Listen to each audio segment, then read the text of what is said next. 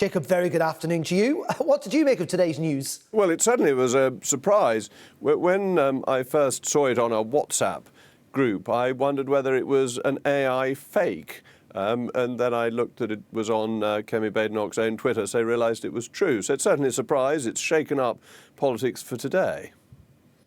It really, really has. Do you think, by the way, are you still a Conservative? It's quite difficult sometimes to keep track of who's where these days, but you're still a card-carrying member of the Conservative Party. I am still a card-carrying member of the Conservative Party. Yes. So do you think then that Kemi Badenoch's made the right call here? It entirely depends on the evidence. If the evidence is there, she's made a really bold move that will strengthen her leadership. It makes her look decisive, capable and strong. If, on the other hand, the evidence isn't there, it looks as if she's kneecapped a potential challenger for the leadership.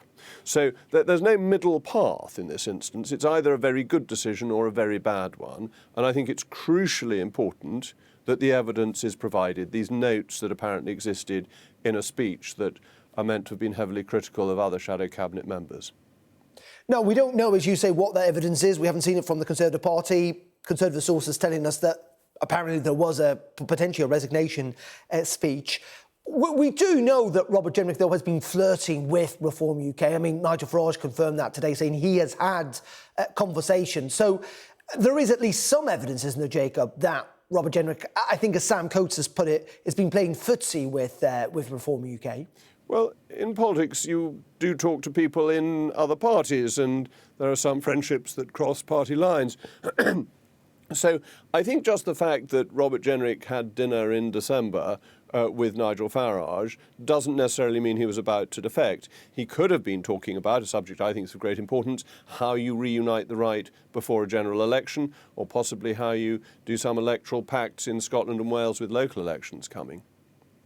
But isn't that the point, though, I suppose, that this kind of sacking today, if you like, in part is potentially because he was going to defect, we're told, in the most damaging of ways, which is a very serious allegation. But isn't also Kemi Badenoch saying, actually, I want to lead the Conservative Party down a different path to its own victory, not necessarily want some type of relationship with Reform? Well, the reality of first-past-the-post politics is that you have to have your wing of politics united if you are to win. So you have to have a party that is broad enough to attract enough of the electorate to be getting to 40 to 45% of the vote. At the moment, neither Reform nor the Conservative Party manage that on their own, in spite of the fact that there is a huge overlap in terms of our policy ideas, our concerns about immigration, concerns about economic policy, and so on. And so you end up just getting down to personalities, and ultimately it's about what is in the best interests of the government of the country, and that seems to me to be answered by having a Conservative government with a small c, regardless of the parties. But the problem is, it is about personalities, isn't it, Jacob? I mean, you know Nigel Farage very well. I mean, he's been pretty disparaging about your party of late. And he's also, I would suggest, probably not prepared to share power or a leadership role with anyone else. Nigel Farage, he wouldn't be willing to do that, would he? Well, nobody in our system has absolute power. We're not Venezuela before Donald Trump got involved. We have political parties where, yes, there's a leader, but the leader is not a dictator. The leader has to lead a team rather than issue orders. And actually, one of the benefits for Nigel with the recent defections is that he's beginning to present a serious team to the country, people who could be cabinet ministers, making it look as if he could form an administration. And that's certainly been very helpful to him. But those people could also be provided from the broader Conservative family. In terms of Robert Jenrick himself, I assume that you are reasonably friendly with him. Have you spoken to him recently? Have you spoken to him today? No, I haven't spoken to him today. I supported his leadership campaign when Kemi Badenoch won. I thought he would have made a very good and competent leader, and I think that his campaigning as a shadow cabinet minister has been very impressive and energetic. He's been a model for other shadow cabinet members. So I am pro Robert Jenrick as an individual, and I like him personally.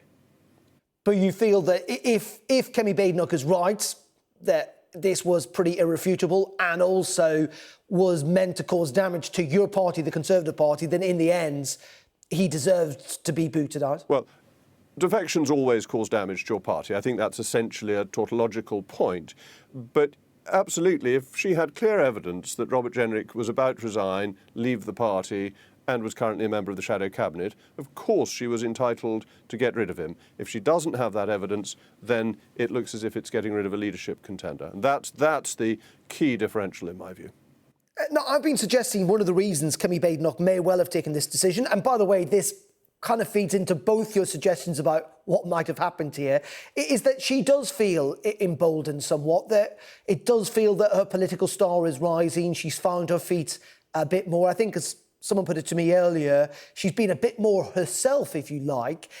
Is that your understanding also in part what may have led to today's decision, that she feels she's got the political strength to do something like this? I think that's right, and I think you're absolutely spot on, that Kemi Badenoch started being more the genuine Kemi Badenoch a few months ago, just time the Tory party conference, and that's been a real strength. Her personality is forceful, it's bold, it's very attractive, it's got leadership qualities, and that's seen the Tory opinion poll rating go up.